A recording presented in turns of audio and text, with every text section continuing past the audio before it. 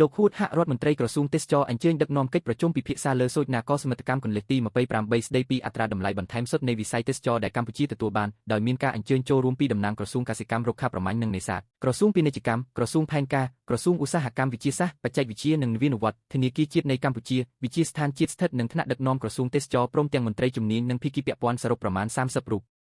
កិច្ចប្រជុំនេះផ្ដោតលើការវិតម្លៃបន្ថែមសុទ្ធដែលវិស័យទេសចរអាចផ្ដល់ជូនដល់សេដ្ឋកិច្ចជាតិតាមរយៈការលើកកម្ពស់ការចំណាយក្នុងស្រុកការកាត់បន្ថយអត្រាលេខធ្លីសេដ្ឋកិច្ចការបង្កើនការប្រើប្រាស់ផលិតផលនិងសេវាកម្មក្នុងស្រុកព្រមទាំងការជំរុញការចូលរួមរបស់សហគមន៍និងវិស័យឯកជនក្នុងខ្សែច្រវាក់តម្លៃទេសចរថ្លែងក្នុងកិច្ចប្រជុំរដ្ឋមន្ត្រីហ៊ូតហាក់បានគូបញ្ជាក់ថាការបង្កើនតម្លៃបន្ថែមសុទ្ធនៃវិស័យទេសចរមិនត្រឹមតែជួយពង្រឹងសេដ្ឋកិច្ចជាតិប៉ុណ្ណោះទេប៉ុន្តែថែមទាំងជំរុញការបង្កើតការងារបង្កើនប្រាក់ចំណូលប្រជាពលរដ្ឋនិងលើកកម្ពស់ជីវភាពសហគមន៍មូលដ្ឋានស្របតាមគោលនយោបាយអភិវឌ្ឍទេសចរប្រកបដោយចីរភាពនិងបរិយាបន្នរបស់រាជរដ្ឋាភិបាលកម្ពុជា